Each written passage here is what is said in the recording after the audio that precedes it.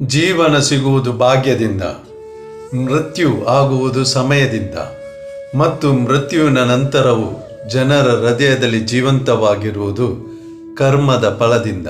ಒಂದು ಸಣ್ಣದಾದ ಕತೆ. ಡಾಕ್ಟರ್ ಹಾಸ್ಪಿಟಲ್ಗೆ ಓಡೋಡುತ್ತಾ ಬರುತ್ತಿದ್ದರು. ಎಷ್ಟು ಸ್ಪೀಡ್ ನಡೆಯಲು ಸಾಧ್ಯವೋ ಅಷ್ಟು ಓಡುತ್ತಾ ಬರುತ್ತಿದ್ದರು. ಆಪರೇಷನ್ ಥಿಯೇಟರ್ನ ಲಾಬಿಗೆ ಬಂದಾಗ ಅವರನ್ನು ಅಡ್ಡಗಟ್ಟಿ ಸುತ್ತುವರಿದರು. ಅವರಿಗೆ ಅವರ ಮಾತುಗಳನ್ನು ಹೇಳುತ್ತಿದ್ದರು. ಹಾಸ್ಪಿಟಲ್ ತೆರೆದಿದ್ದೀರಿ, ನಿಮ್ಮನ್ನು ನೀವು ಏನೆಂದು ತಿಳಿದುಕೊಂಡಿದ್ದೀರಿ, ಈಗ ಬರುತ್ತಿದ್ದೀರಿ. ನಾವು ತುಂಬ ಸಮಯದಿಂದ ಕಾಯುತ್ತಿದ್ದೇವೆ, ನಿಮಗೆ ಏನೂ ಚಿಂತೆ ಇಲ್ಲ. ನಮ್ಮ ಮಗು ಆಪರೇಷನ್ ಥಿಯೇಟರ್ನಲ್ಲಿದೆ, ಕಾದು ಕಾದು ಸಾಕಾಯಿತು, ಈಗ ಬರುತ್ತಿದ್ದೀರಿ. ಡಾಕ್ಟರ್ ಹೇಳಿದರು, ನನ್ನನ್ನು ಹೋಗಲು ಬಿಡಿ, ನನಗೆ ನನ್ನ ಕೆಲಸ ಮಾಡಲು ಇದೆ. ಅವರು ಏನೇನು ಹೇಳ್ತಾ ಇದ್ದರು.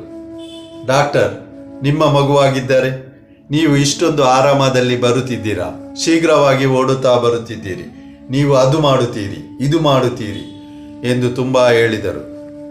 ಡಾಕ್ಟರ್ ಏನೂ ರಿಯಾಕ್ಟ್ ಮಾಡಲಿಲ್ಲ. ಓಡುತ್ತಾ ಹೋದರು ಆಪರೇಷನ್ ಥಿಯೇಟರ್ಗೆ. 1 ರಿಂದ 1.5 ಗಂಟೆ ತನಕ ಆಪರೇಷನ್ ನಡೆಯಿತು. ಅದರ ನಂತರ ಹೊರಗೆ ಬಂದಾಗ ಎಲ್ಲರೂ ಮತ್ತೆ ಅಡ್ಡಗಟ್ಟಿ ಸುತ್ತುವರಿದರು. ಡಾಕ್ಟರ್ ಹೇಳಿದರು, ಮಗು ಆರೋಗ್ಯದಲ್ಲಿದ್ದಾನೆ, ಬೇಗ ಚೇತರಿಸಿಕೊಳ್ಳುವನು ಎಂದು ಹೇಳಿ ಹೋಗುತ್ತಿದ್ದರು. ಮತ್ತೆ ಅವರ ಹತ್ತಿರ ಸವಾಲು ಮಾಡಲು ಪ್ರಾರಂಭಿಸಿದರು. ಯಾವಾಗ ಡಿಸ್ಚಾರ್ಜ್ ಆಗುತ್ತದೆ, ಅದು ಇದು ಅಂತ ಕೇಳ್ತಾ ಇದ್ದರು. ಡಾಕ್ಟರ್ ಹೇಳಿದರು, ಈ ಎಲ್ಲ ಸವಾಲುಗಳನ್ನು ನರ್ಸ್ ಹತ್ತಿರ ಕೇಳಿ, ನನ್ನನ್ನು ಹೋಗಲು ಬಿಡಿ. ಎಷ್ಟು ರಭಸದಿಂದ ಬಂದರೋ ಅದರ 2 ಪಟ್ಟು ಸ್ಪೀಡ್ನಲ್ಲಿ ಅವರು ನಿರ್ಗಮಿಸಿದರು. ಆ 4-5 ಜನರಿದ್ದರು. ಮನೆಯವರಾದ ಮಗುವಿನ ತಂದೆ ತಾಯಿ, ಚಾಚಾ ಮಾಮ. ಅವರಿಗೆ ಅನಿಸಿತು, ಎಷ್ಟೊಂದು ಅಹಂಕಾರದ ಡಾಕ್ಟರ್, ಮಾತನಾಡುವ ಶಿಷ್ಟಾಚಾರ ಕೂಡ ತಿಳಿದಿಲ್ಲ. ಸ್ವಲ್ಪ ಸಮಯದ ನಂತರ ಅಲ್ಲಿಗೆ ನರ್ಸ್ ಬಂದಳು. ನರ್ಸ್ ಮಗುವಿನ ಬಗ್ಗೆ ಹೇಳತೊಡಗಿದಳು. ಮಗುವಿನ ತಂದೆ ಹೇಳಿದರು, ಮಗುವಿನ ಬಗ್ಗೆ ಹೇಳಬೇಡ, ಮೊದಲು ಇದು ಹೇಳು. ಈ ಡಾಕ್ಟರ್ ಇದ್ದನಲ್ಲ, ಇಷ್ಟೊಂದು ಗಮಂಡಿ, ಇಷ್ಟೊಂದು ಅಹಂಕಾರ ತೋರಿಸುವುದು ಯಾವುದಕ್ಕಾಗಿ? ಅವನ ಹತ್ತಿರ ಏನಿದೆ ಅಂತ ನನಗೆ ಇದನ್ನು ಹೇಳು. ಸರಿಯಾಗಿ ಮುಖ ನೋಡಿ ಮಾತು ಕೂಡ ಆಡುವುದಿಲ್ಲ. ಬಂದಾಗ ನಾವು ಕೇಳಿದ್ದಕ್ಕೆ ಜವಾಬು ಕೂಡ ಕೊಡಲಿಲ್ಲ, ಹೋಗುವಾಗ ಕೂಡ ಉತ್ತರ ಕೊಡುವುದಿಲ್ಲ. ಈ ಊರಲ್ಲಿ ತುಂಬ ಡಾಕ್ಟರ್ ಇದ್ದಾರೆ, ನಾವು ಕಷ್ಟದಲ್ಲಿದ್ದೆವು, ಅದಕ್ಕಾಗಿ ಇಲ್ಲಿಗೆ ಬರಬೇಕಾಯಿತು. Nurse emotional ಆದಳು. ಅವಳ ಕಣ್ಣಿಂದ ಬರುವ ಕಣ್ಣೀರು ಒರೆಸಿ ಹೇಳಲಾರಂಭಿಸಿದಳು.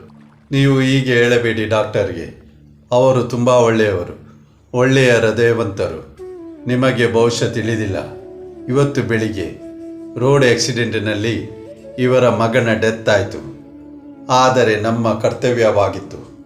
ಒಬ್ಬ ಪೇಷಂಟ್ ಬಂದಿದ್ದಾನೆ, ಆಪರೇಷನ್ ಥಿಯೇಟರ್ನಲ್ಲಿದ್ದಾನೆ. ನಾವು ಕಾಲ್ ಮಾಡಿ ನಮ್ಮ ಡ್ಯೂಟಿ ಮಾಡಿದೆವು. ನಮಗೆ ಅನಿಸುತ್ತಿತ್ತು ಡಾಕ್ಟರ್ ಬರಲು ಸಾಧ್ಯವಿಲ್ಲ ಎಂದು ಹೇಳುವರು. ಆದರೆ ಅವರು ತಡ ಮಾಡದೆ ಹೇಳಿದರು, ನಾನು ಬರುತ್ತಿದ್ದೇನೆ. ಓಡೋಡಿ ಬಂದರು. ಆಪರೇಷನ್ ಥಿಯೇಟರ್ಗೆ ಹೋದರು. ನಿಮ್ಮ ಮಗುವನ್ನು ಆಪರೇಷನ್ ಮಾಡಿದರು. ಅವನು ಚೇತರಿಸುತ್ತಾನೆ, ಚಿಂತೆ ಮಾಡಬೇಡಿ. ಹಿಂತಿರುಗಿ ಡಾಕ್ಟರ್ ಓಡುತ್ತಾ ಹೋದರು. ಏಕೆಂದರೆ ಸಂಧ್ಯಾಕಾಲ ಆಗುತ್ತಾ ಇತ್ತು, ಸಂಜೆಯಾಗುತ್ತಾ ಬಂತು. ಡಾಕ್ಟರ್ಗೆ ಅವರ ಮಗನ ಅಂತಿಮ ಸಂಸ್ಕಾರ ಮಾಡಬೇಕು. ಚಿಕ್ಕದಾದ ಕತೆ. ಇದರ ನೀತಿ ಹೀಗಿದೆ, ಬೇರೆಯವರ ಸಿಚುವೇಶನ್ ಅರ್ಥ ಮಾಡದೆ ರಿಯಾಕ್ಟ್ ಮಾಡ್ತಾ ಇದ್ದೀವಿ. ನಾವು ಪರಿಸ್ಥಿತಿಯನ್ನು ಅರ್ಥ ಮಾಡುವುದಿಲ್ಲ, ನಮ್ಮ ಮಾತನ್ನೇ ಜಡಿಯುತ್ತೇವೆ. ನಂತರ ನಮಗೆ ಸಿಚುವೇಶನ್ ತಿಳಿದ ಬಳಿಕ ಒಳಗೊಳಗಿಂದ ಗಿಲ್ಟ್ ಫೀಲ್ ಮಾಡ್ತೇವೆ. ಆದುದರಿಂದ ಜೀವನದಲ್ಲಿ ಯಾವತ್ತೂ ಯಾರದಾದರೂ ಸಿಚುವೇಶನ್ ತಿಳಿಯದೆ ಯಾವುದೇ ಟೀಕೆ ಟಿಪ್ಪಣಿ ಕಮೆಂಟ್ ಮಾಡೋದು ಬೇಡ. ಅದೇ ಮಾತು, ಒಳ್ಳೆಯವರಾಗಿ, ಅತಿ ಒಳ್ಳೆಯವರಾಗಿ, ಮೇಲೆ ಇರುವವನ ಆಶೀರ್ವಾದದಿಂದ, ನಿಮ್ಮವರ ಪ್ರೀತಿಯಿಂದ, ನಿಮ್ಮ ಆತ್ಮವಿಶ್ವಾಸದಿಂದ ಪ್ರಯತ್ನಿಸಿ, ಗೆಲುವು ನಿಮ್ಮದಾಗಿಸಿ. ಈ ಜಗತ್ತು ನಿಮ್ಮನ್ನು ಹಿಂಬಾಲಿಸುವಂತೆ ಮಾಡಿ. ಮತ್ತೆ ಭೇಟಿಯಾಗೋಣ ಮುಂದಿನ ಕಥೆಯೊಡನೆ. ನಮ್ಮ ಚಾನೆಲ್ ಲೈಕ್ ಮಾಡಿ, ಸಬ್ಸ್ಕ್ರೈಬ್ ಮಾಡಿ, ನಮ್ಮನ್ನು ಪ್ರೋತ್ಸಾಹಿಸಿ. ಅಲ್ಲಿಯವರೆಗೆ ನಿಮ್ಮ ಬಗ್ಗೆ ಕಾಳಜಿ ವಹಿಸಿ, ಸದಾ ನಗು ನಗುತ್ತಾ ಇರಿ.